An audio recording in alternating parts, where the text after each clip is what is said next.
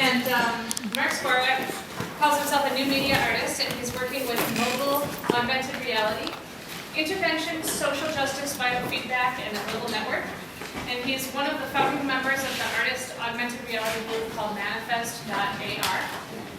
Mark has exhibited at ICA Boston, ISEA, Dumbo Arts Festival, Cyber Arts, FACT in Liverpool, 01 Biennial, and the Nikolai Copenhagen Contemporary Arts Center, among others. And his work has been reviewed in the New York Times, Art in America, Boing Boing, Wired, the Boston Globe, Huffington Post, NPR, BBC, and Leonardo. Mark earned his MFA from RISD's Digital Media Department, and he is full-time faculty at Poly, NYU Poly. This is Mark. Hello. Hello, Mark. Hello. So I'm an intermediate artist. I'm working with mobile augmented reality. We were some of the first people. I was one of the first people to start working with it when it became available. I graduated. I got my undergrad from Massachusetts College of Art as a painting major. Rhode Island School of Design as a MFA from the Digital Media Department. Again, full-time at NYU Polytech. I'm represented by the Oasis Gallery in Beijing. So, I started working with augmented reality when I was getting my MFA at RISD's Digital Media Department, and I was working with like a laptop computer, head-mount display, and I was doing intervention work, actually some early intervention work down at Wall Street. So this was around between probably like 2004 2006, in between this time frame. This was probably shot around 2005. This is on site at Wall Street. You can stand in front of the Federal Hall Memorial like that. So what I did was I overlaid Wall Street area, the financial district, with a virtual Arcadia, and we gave the stress test of the apocalypse. So we kind of fluctuate back and forth between an Arcadia and the apocalypse. What was happening is it was grabbing information from the stock exchange and the other buildings, like the Federal Reserve. We were also grabbing information from the U.S. The general public, and it was dictating how the AIs were going to act in this environment. So this was it had two components. One was completely virtual, and the second was an augmented reality. To the left, you see this was actually seen through the head-mount display. So this is screen capture. This is what you would have seen on site. So this is a little bit primitive, but and then on the other side, you see the completely virtual version of this project. Mark, can you speak up a little, please? Sure, sure. So next what was happening is we were working with augmented reality on these tower laptop computers. A lot was possible, and what we saw this mobile revolution coming. And I was eyeing the iPhone 3GS because this was going to give us the capability to do mobile augmented reality on a smartphone. This would be one of the first times you'd have the Android, which was coming out a little bit earlier than this. But I was thinking you were seeing the iPhone as a larger market. I wanted to also mention I was working with Joseph Hawking on the last project as well. He was the coder. We were working closely together. And just around the time that mobile AR became possible, we came out with the PP logo hacks. It was just a little bit after it actually happened, but this is, I think, a fairly significant project because it is the first logo hack as cited by the World Trademark Review. They say that this is the first time that somebody has generated subversive content or content which was otherwise not intended by the logo maker. After that, we did the Museum of Modern Art, We Are in MoMA Intervention. So this is around 2010, and this is one of the first projects I did in the front. This is the occupation forces, these little strange aliens. They were occupying actually downtown Indianapolis, but then they moved to the Museum of Modern Art. This was in collaboration with Sander Bienhoff from the Netherlands. We actually met online. We were probably about 3 or 4 people were actually doing mobile augmented reality at this time, and we started to connect online. We didn't know each other. We just started to find each other's work, and it actually got very lucky. Everybody was very friendly. It could have ended up worse. So what ended up happening is MoMA retweeted our event. We got 325,000 retweets in 2 hours. So the pressure ramped up very quickly as to what we were going to show for this event. From the beginning, it was a DIY event. We announced it on Rhizome. We essentially got a bunch of children's drawings from school, and we thought that this might not be enough. So I mentioned to Sandra that I knew a number of artists working largely in Second Life who were fairly accomplished and very comfortable working in the virtual space, and their work would translate quite nicely into this show. And what ultimately ended up happening was that the group of people I brought in became Manifest.ar. So the show was organized on the different floors. The moment's still there. If you want to go, you can see it. This is a Andy Warhol intervention in the Andy Warhol room. I'm going to have to go fast because I have a lot of slides. This is Glacier, so I put a glacier in front of MoMA, the augmented reality glacier. Someone almost got hit by a car. This was one of the first times that we were watching this, and he got it to work. And kind of walked out, and we had to actually physically pull him back, so he was not going to. This is, I wrote my name on the moon next. So technically speaking, I think it actually was on the moon. We calculated the distance from the Earth to the moon. We did this in my graduate class. I had one of the CS majors helping me out.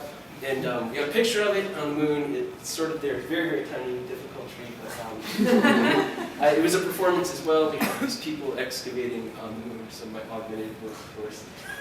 Every year, we usually do we participate in the Bushwick Open Studios. I do a Bushwick AR intervention. This is a unicorn intervention. You can see the unicorns with the shovel by the end of it. Nurture Art also was part of this. This is Eraser. I erased the Statue of Liberty. This is a pre-visualization, so this is not the actual screen capture, but this is would be considered a screen capture, or actually a photograph of it working. You can walk around the Statue of Liberty in 360 degrees, and you will see that it has been erased. We're trying to kind of sync the sky with the actual map in the background. Next, so then, as I said, coming out of MoMA before Manifest AR, and we've been going nonstop ever since. Another project I did this with John Craig Freeman. I would take the lead on this project. We took the points of death from across Iraq. We took coalition forces as well as the indigenous people who were affected and mapped all their points of death and then moved them over to U.S. cities. So we were kind of placing them over Washington. The next project was Liberty to Libya. This was another project with coder Joseph Hoffman, and in this project we had a dove that was flying around. You could tweet to it if you used the hashtag Liberty to Libya. It would, you could write a message and it would actually try to find Gaddafi. So we had it circling Tripoli. It was going around, and we were using like a news feed search to figure out where he was. If he was popping up somewhere, the dove would go to that location and attempt to deliver the message.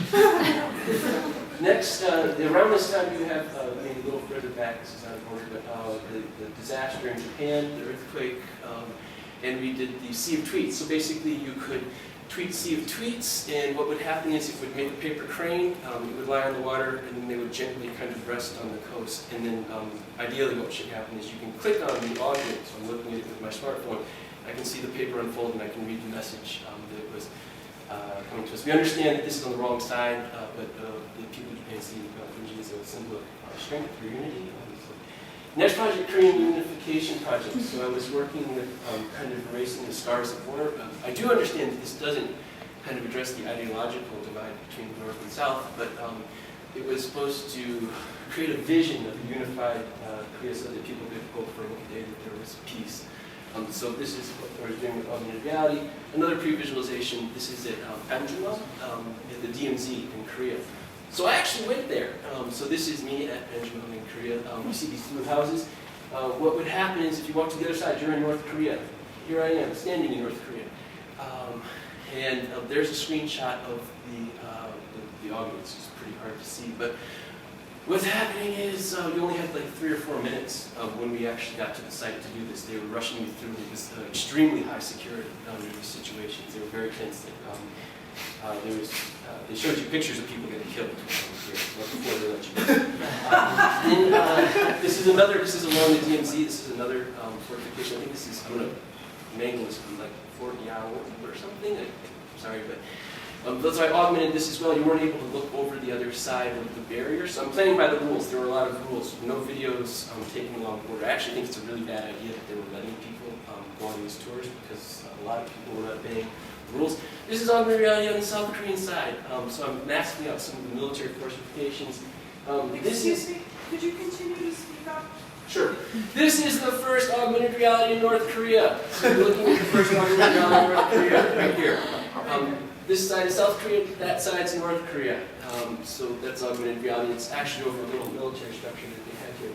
Next, going on from here, we had... Mark, I'm sorry, can I interrupt you for a second? So the projects are really great, but there are probably people in this room who don't really understand what you're doing or don't even know what augmented reality is. Okay. So can you just Yeah, sure. You're like, describe it? where you look at. So I take up my mobile device. What we're doing is augmented reality with GPS. So think of, you need 3 satellite signals. No, I mean, but if I want to see the augmented reality, Yeah. do I look at it on my iPhone? Do I put on Google glasses? iPhone, mobile device, tablet, Android. All iPhones work now. Most Androids will work. Most tablets work. There are differences between Android and iPhones or Apple. You'd have the Android is a little bit more unreliable. You see differences between different devices. Again, what you're seeing here, you have to go here to see it. This is important to understand. I cannot see this if I'm here. I have to go to Israel You have to see be this. at the You location have to be at the location. with your device. With your device. And then you are, how are you transmitting this signal to your device? How does that get Through the Wi-Fi, the internet through the connection Wi-Fi on the and a phone, specific and then the site? satellite signals, which would triangulate your position on Earth, and it will locate the So if you hit Locate the right, you. if So hit it the doesn't- right it- spot, then You get it through Google? Yeah. So you just have to open Google and it'll come to you. Well, I would get Layer, actually. So this is a side. There's a number of different softwares that you can do AR with. We're working primarily with Layer and Genio. With Layer? Layer L-A-Y-A. child? Genio. They're Genio. So basically, if I get to the right place in that triangle between the satellites, it says, oh, I'm going to place swaps. They make hotspots. Think of it like you would tag Right. something on the internet. Right. There's different ways of tagging things in But you sort of have to be in that space. So if I'm at the Statue of Liberty and I hit that spot, in some It will actually come around, up. all There's of a sudden- search. All of a sudden, the whole thing will just disappear. Even though I'm seeing it on my phone, I'm not seeing it. Yes. The statue's gone. Yes. Okay. And Yeah. do you have to have the software running to be looking for the signal? Correct. In the Korean DMZ was incredibly complex because they had a blackout zone that you would go across, and I had to kind of keep it running as I entered into the thing. Yeah, so I'm just going to cruise along. This is actually the separation barrier in Israel. One second. But, how would you know to connect, let's say we're interested in following your work. So we actually showed in the gallery Slava, I'm going to name his last name, the Ivan Resfeld resident. He agreed to show in the gallery, so we actually have a legitimate show of his in here with user Ilboy. The gallery's in the middle of the street, so you have to be careful if you're going out to look at it. Also, Jack Toolan's image was in one of these images. When I was on fact residency, I went to the British Museum and I stole the marbles. So we erased them. You can see here, this is actually augmented reality. We've removed them. This summer, we're taking them back to Greece. I was in you're getting late for time, so I should probably stop. We made it perfect. This is in Denmark. This was the Copenhagen Art Festival. It's actually closing right about now. I moved the problems of the world to Copenhagen. I asked people from around the world to give us problems. This is one from South Africa. They were saying immigrants were being robbed by the locals, so I moved the actual robbery from South Africa into one of the supermarkets in Denmark. This is somebody from Australia was complaining about the immigrants, and then there was this incident where the immigrants were smashed against the shore. The Australian government had a long warning, advance warning before this happened, and you have the Little Mermaid. She was an immigrant. She was trying to come into the world, so it was a problem. So Mark, where are you going with this? What are you the organizer of the world's augmented reality troops, or what's your goal? What's your dream here? Where we're going with it right now, the interesting question is we're using biofeedback, and what we think is this is the stage where it actually starts to make it real. These augments, you have this kind of question of what's real, what's not. We're starting to use biofeedback.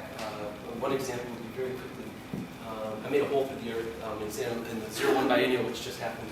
And we threw things back and forth to China and San Jose, but here we're seeing biofeedback. I'm doing the future sites, the dark side of augmented reality. I'm creating like fences. It almost work like a dog fence. If you walk through it, you're kind of being shot.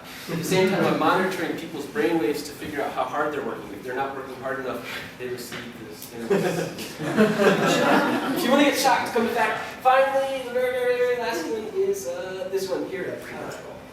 We're doing it. That's the escaped slave. Here, this is NYU Polytech. This is my grad class. We're doing biofeedback, and we're using the body. Just to make it something very much like the Fantastic Voyage. I can go into the body and explore it at a great scale. What's happening here is this is a heart monitor, and it would actually have to be worn against the skin. This is for demo person, but the heart actually beats in sync with the real heart. We'll allow people to be inside it, so you can actually see it at a great scale, and you can see the blood flowing through the body. So I see the potential of this, maybe in a few years, it'll be more realistic. Are you focusing on getting it toward sort of realism and the practical applications, or are you more interested in the art side?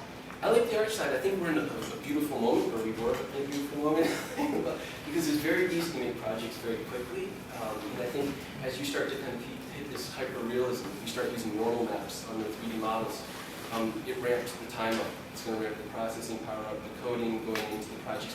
The projects right now are actually starting to become a bit more elaborate. When I was saying that these augments are located at one point in space, now what we're actually starting to do is we're able to place augments. I could actually start to kind of locate things where I want them, and they'll stay where I put them. Like this body, we'll have a human body, we'll be able to walk through the organs, through the mouth. And when I load it, what will happen is anybody who's using it, you don't have to be at a specific place. I turn it on, I load it, the body is there, it stays there. If somebody comes back, they can actually go through it again at that point. So it's becoming more complex. You're seeing it happen. The thing is, the time to kind of create content or work just ramps up dramatically. Right. Okay, well, Skwarek.